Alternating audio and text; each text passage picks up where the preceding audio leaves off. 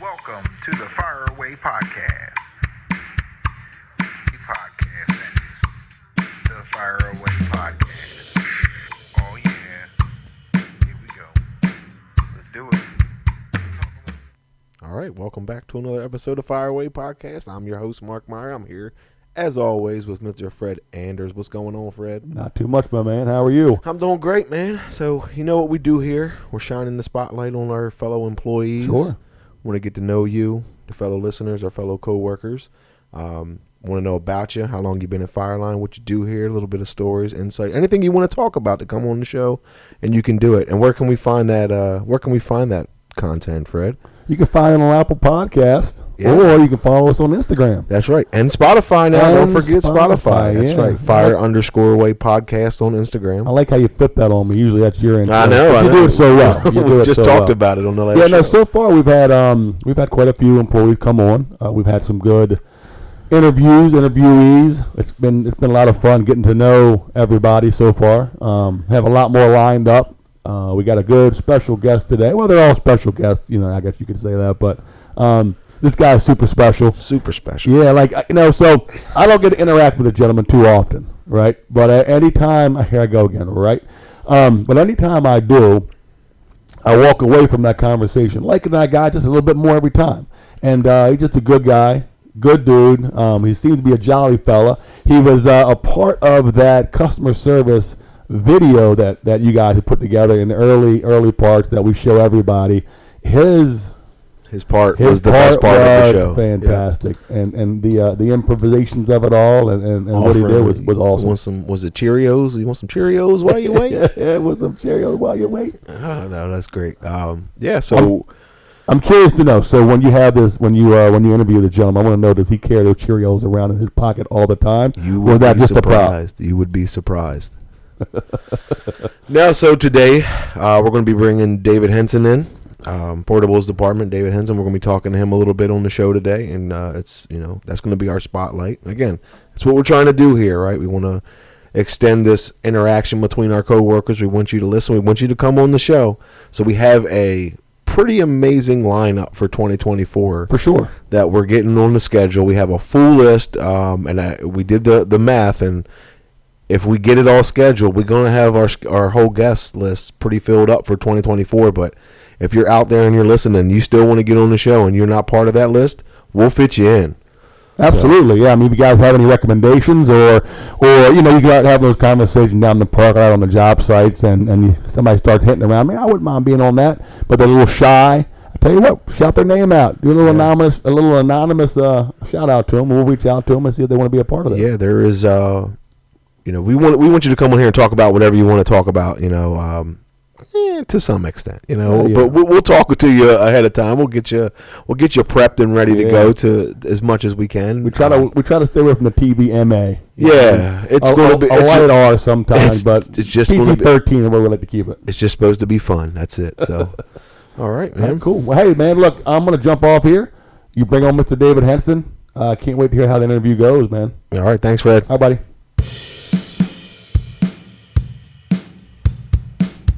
What's going on, Dave? Welcome to the show. Nothing much. Appreciate it. Hey, so there is a question that I always wanted to ask you, and it's, to me, it's definitely your purpose. I always call you Dave, and have always called you Dave, but you introduce yourself to everyone as David.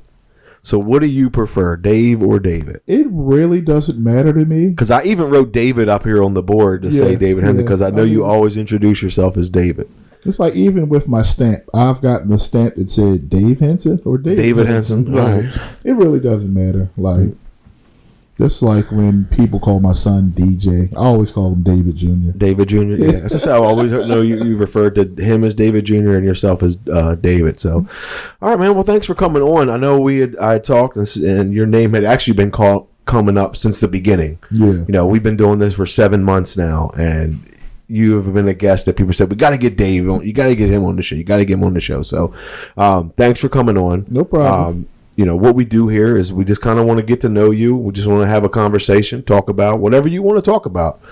We did a little bit you gave me some stories that you want to discuss Yeah. I've heard these stories in the past, so I can't wait to hear you share them on the show. How long you been here, Dave? How long you been doing this? 16 years. April the 9th, 2 days before my birthday, it will be my 17th year anniversary. I'm counting that as 17. I mean, it's 16 and 10 months at this point. Awesome, man. And all right, so 17 years. What's that? 2007. You came on here. Am I doing that math right? Yeah, 2000. I think I'm pretty good. I mean, that was pretty good math. 2007. All right.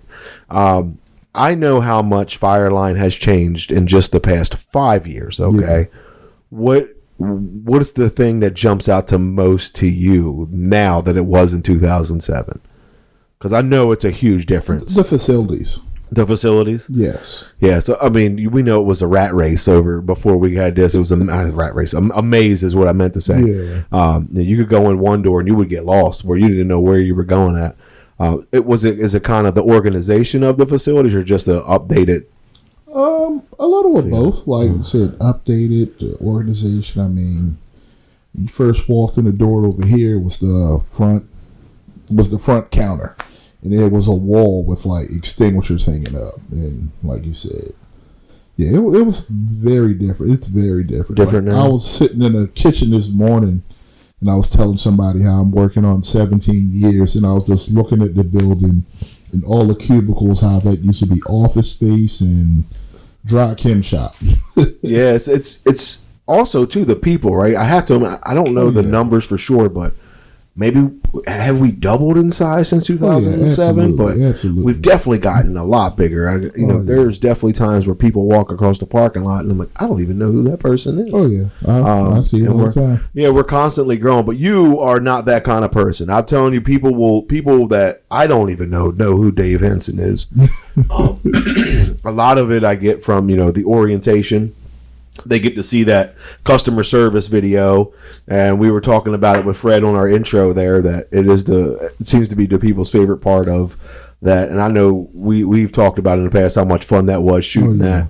Both of them when we did the fire extinguisher training one, I don't think that was like 2014 or something. We did that, maybe 15, and then we just did the customer service one. So they were both a ton of fun to do.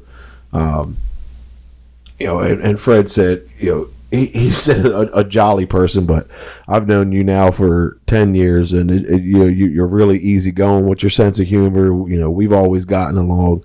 One of the things that I thought was always the topic of conversation that I always look forward to and liked having was your stories of the crazy places you've been out on the road and that you've done in the past. And when we talked about you coming on here, you brought up a couple stories that you wanted to talk about. My favorite one by far is the Exelon in Philadelphia. Oh yeah. You want to jump into that and tell us a little bit about how that came to be and what all started it? Yeah, it all started with Dave Gates got the contract for Exelon. It's a power plant up in Pennsylvania. And my supervisor at the time was Phil Bowers, and he put me in a room at the Days Inn in Chester, Pennsylvania. I don't know if anybody's familiar with Chester, but yeah, that area is probably on the same list as Baltimore City. So, I'm in the hotel. When me and Dave Gates went to check into the hotel, I got my room. Dave Gates had issues getting his room. The first room, the key didn't work. The second room he walked in, this guy just laying on the bed. We finally got a third room, and I probably say, I get to the power plant. This place was huge. I mean, just you can see it right when you're driving to Philadelphia. Yeah, you can see it off of 95. It's right there off of the river, and I mean, the extinguishers. It was CDCs. I don't know if anybody is familiar with CDC extinguishers, but they are a piece of work. You got to remove the hose, flip them upside down, take off the CO2 cartridge. Got to clear out the hose. Doing a handful of them is a lot of work, and you're going to do a giant facility full of them. That was probably the first time I was about to quit. I was about to just pack up and go back home. So I know you were telling it was something about the place you were staying. Like it just wasn't. It was like a half a star motel more than a hotel. Like when I got to the power plant, the guys, they have their own fire department there. The guy said, "Hey, where you staying?" I said, "The Days Inn in Chester." They was like, "Oh no!" Like it's like, "Yeah, dude, you might want to move your room like to somewhere else." I eventually got a hotel room in Essington and got out of Chester. Oh wow! I did my research with Chester, and like it was probably like 10 times worse than Baltimore. Oh like, my goodness! The guys ended up stealing Dave Gates' credit card info and paid their light bill and Oh my god! a bunch of Little Wayne concert tickets. Like it was nuts. Dave is we're trying to get Dave on the show too, and I'm gonna have to get his side of that story and see, because Dave can be a character. I've been with Dave on some things, and he used to be part of the customer service committee. So I can only imagine his reaction to all that. He ended up leaving me too. He got sick and left me behind. He got, quote, sick, yeah, right. unquote. That's what I said. Yeah. Yeah. So how was the Lil Wayne concert? Oh, Dave, yeah, we're gonna have to get his story on that one. So, how long did it end up taking you to complete that inspection? Because I know I'm familiar with the CDCs. Oh, it was a couple months. Oh, okay. Like, how long did you stay in the hotel? I was going up on Monday, and I wasn't coming home until like Thursday. And then you were, and this was and repeated? I was working like 12-hour shifts. Oh, right. Yeah. So I mean, there was nothing to do but work. So yeah. I was like, I mean, sounds like there was other things to do, but yeah, you had to. Oh, I'm definitely not familiar with that part of Philadelphia. It was inside downtown Philly. Chester, is that where it's at? Yeah, it's right outside of Philly, across the bridge. So I knew when I first started here a decade ago, you were the first kind of person outside the shop that I got teamed up with. Right? Yeah. It was, hey, you're going to go do the BWI inspection with Dave Henson. So we were in a van for my first 3 or 4 years here, maybe 3 years here. Me and you were in the van together for 6 months out of the year. Yeah, doing the BWI inspection. And I think about that all the time, about how much things have changed since then. And BWI at that time was in the portables department our biggest customer, and they're still a big customer, but they're definitely not our biggest customer right now. And how technology has changed that inspection, and how when we would walk around, and I know you remember this, we would go, man, I would hate to have to do a monthly here. Like we would do the annual, and it would take forever to do. Just finding 13 at that time, probably 1,300 fire extinguishers throughout the airport, because you used to get escorted. And I think when I started doing with you, it was no more escort. So it was kind of like, all right, now go find these extinguishers and do them. But we would talk about like, man, can you imagine having to do this over and over every month? And now we got 2 guys out there, all this time later, 7 years later or whatever, and we do have a monthly out there. So shout out to Todd and Bill, who have to stay at the airport. It feels like 2 weeks a month, every month of the year, to do the monthly out there. But just wanted to go back to just how times have changed and how much we've grown as a company and a department, and you're rolling out at your how long have you been in your territory now? I want to say 4 or 5 years. Okay. So I want to talk, because I know, because of my position here, about your territory, but I want to talk a little bit about your territory. So can you tell everybody listening, where's your territory located at? Like, I roughly have downtown and almost everything west of the JFX. Like, you go 83 north, I got West Baltimore, Southwest Baltimore, Northwest Baltimore, Northwest Baltimore County, Owens Mills, Randallstown, Pikesville. So you've reached out to me more than once about hazard pay. Yeah, you get the neighborhood app, and you'll show me screenshots of your location and shots fired within a block of where you're at. It's pretty, and we can laugh about it, but it's part of us being located where we're at in a major city. But you're just that guy that goes down there, and you got anything that pops to mind? Just some of the wildest things you've seen out there on the road in 4 years? Yeah, I mean, recently I took Chase out from the shop with me to help me out with some jobs, and we pull up, and it's a forensics van outside of the apartment building, and he was like, "What's forensics?" So I'm like, "Yeah, they probably investigating a crime scene. Something happened, and sure as we walking out the building and there's a body coming out right behind us going into the coroner's van. So he was just like, oh wow. Yeah, and it's I just was like, another day in the yeah, it was just another day for me. Like, You do listen. You do get to see some wild things in this job, being out on the road, right? Fire extinguisher service takes you to places you never thought you'd get into, and you see things. I don't know if a body being removed from an apartment building was ever on the list, but hey, you can check it off the list now. Yeah, some of the I've sent you videos and pictures of stuff I've seen, because if I tell you, you wouldn't believe me. Yeah, so it's like, anything else pop in your mind about that? I know that was kind of recent. Anything back in the day stories that was pretty wild?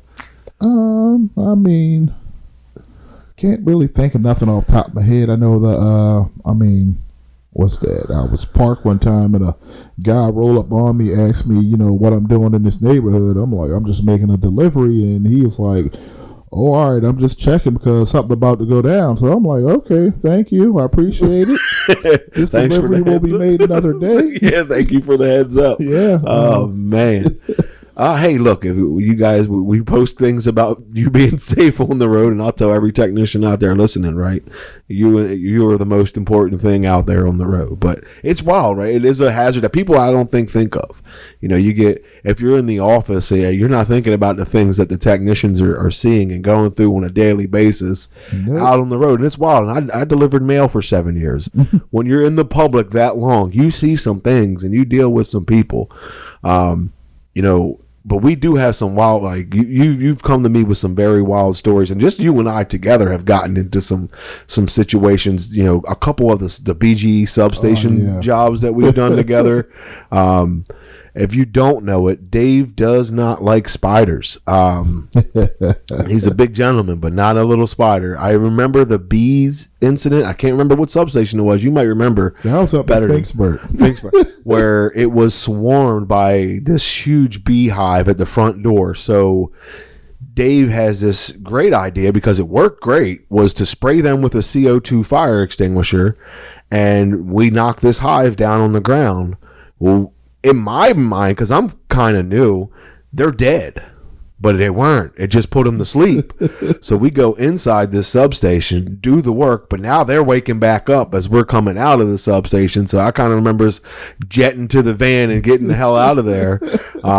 That's one of those things that I always laugh when I think about that back in the day. But nothing more than the time we got locked inside the substation at the airport. Oh yeah.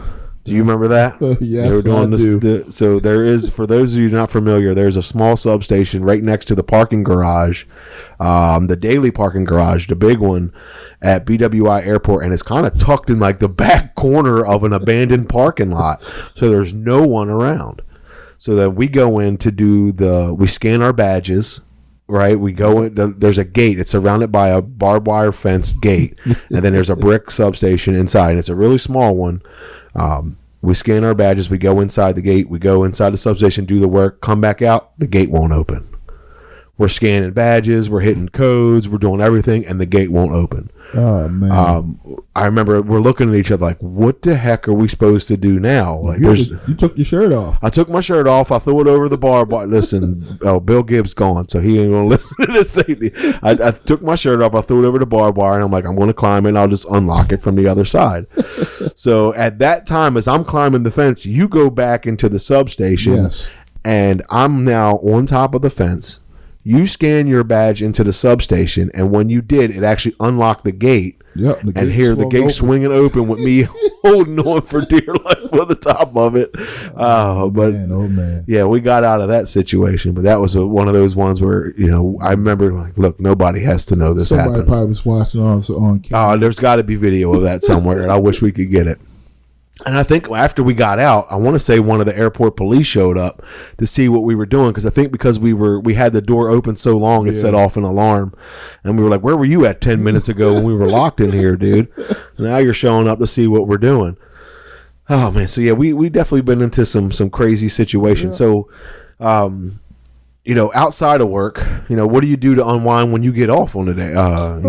Lately, like my son, he's into sports now because I'm too old, And I'm not playing any more sports. I did play a little bit of semi-pro football for quite some time. Won a few championships, national championships. Played against ex-NFL players and so forth. But now my son, he's 7 years old. He's into football, and now he's playing basketball.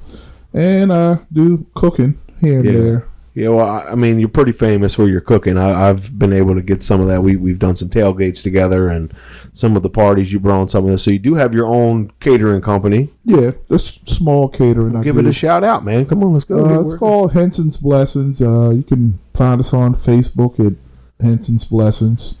And I do banana puddings. I have those in a store in Cockeysville, small place called Chestnut Ridge. Ray Rice is one of the favorite customers up that way. So nice. And so it's just in one store right now? Yes. All right, man. And somebody awesome. Just contacted my wife because they saw a TikTok with somebody promoting a double crusted sweet potato pie.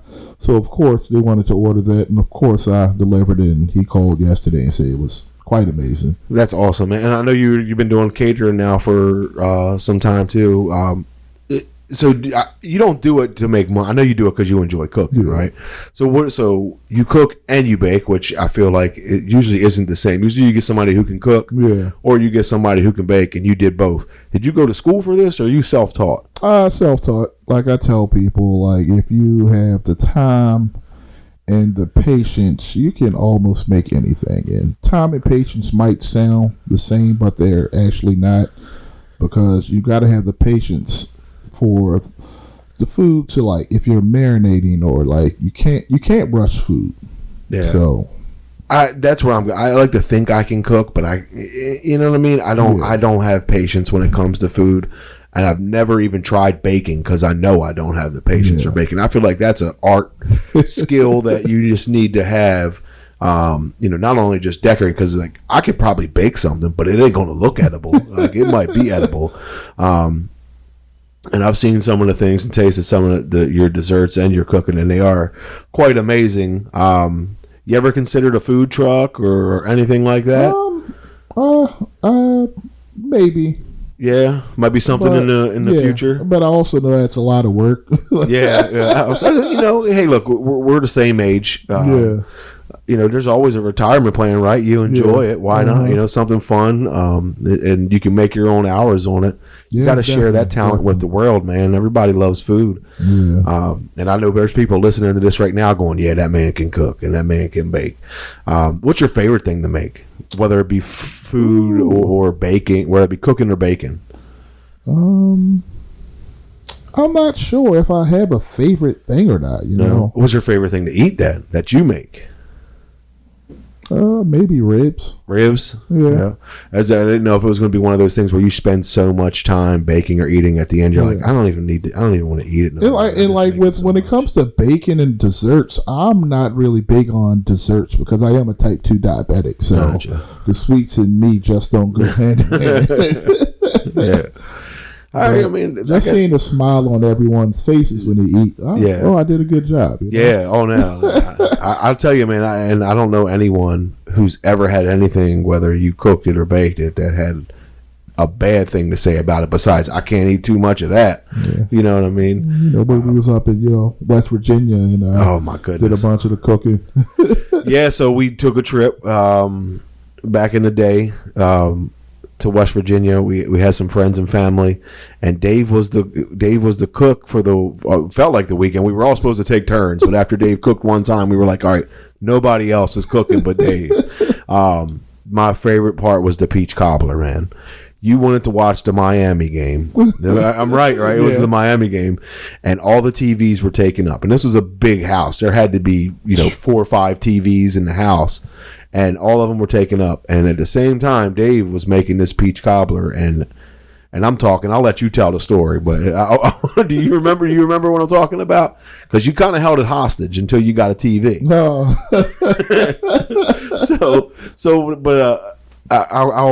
I'll keep going. So you had the peach cobbler in the oven. I remember people kind of circling the kitchen, if you remember that, and they kind of knew when it was supposed to be done. Yeah. But you wasn't saying anything. You was just standing in the kitchen, not letting nobody to the oven. And people started to ask questions, and you said, "I'm not letting this peach cobbler out of the oven until I get a television to watch this Miami game on." So we ended up trading you a television for the peach cobbler. But yeah, that was funny. I mean, it was definitely that thing where it was like, oh, yeah, we're all going to pitch in and cook. And then you got on the grill and everybody just kind of stood back and watched. Yep. Yeah, I mean, you guys tipped me very well. So. Yeah. Yep. That was good times, man. So, do you get, the catering? Do you have seasons of catering? Like right now, winter time, does it pick up more in the summertime or it's pretty steady? It's hit or miss. And like most of my events, I try to keep them to smaller events because I feel like if you're doing a larger event, then your heart and passion isn't into the cooking. It's just like you're trying to get it more done. Quantity over quality. Yeah. You want to put that makes sense. Have you done weddings or anything of that size yet? I've done like repasts for funerals. I've done baby showers. I'm trying to think, have I done any weddings or not? Well, I just seen the cupcakes on Instagram this morning. Yeah. So that's what made me think about it because I know cupcakes are really popular at weddings now. So I was wondering if you got a big cupcake order or anything yet. It's the first time I've seen you do cupcakes. You do cupcakes quite a bit? I've done cupcakes here and there, not a lot. No. I see the pudding probably the most popular. Yeah. For the puddings. And so now let me ask you this. You've been here for 17 years. We talked about how things have changed. What would David Henson 17 years ago, or to David Henson today, I always get this mixed up. So what would David Henson today say to the David Henson coming in the door at Fireline 17 years ago? Whether it be advice, whether anything, like just keep going, just keep pushing. Like you got it. Like just one day at a time, keep pushing. Have tunnel vision. There's light at the end of the road. Like because like some days, like you said, when I was doing the Exelon, and I just wanted to like, oh my goodness, like this might not be for me, right? Yeah. Exactly. Like, but I just keep pushing. Keep pushing. That's good. That's good advice. We talk about it in our department about trusting the process, and sometimes it can be a really slow process. But if you trust the process, it usually turns out pretty well. Dave, I appreciate you coming on the show today, man. Thank you so much for joining us, dude. Again, you can follow us on Instagram at _away. You can hear this on Apple or Spotify now, and go check out Henson's Blessings on Facebook. Instagram as well. Instagram, and visit Chestnut Ridge in Cockeysville to get some of that pudding. All right. Thanks again, Dave. I appreciate it, man. Thank you.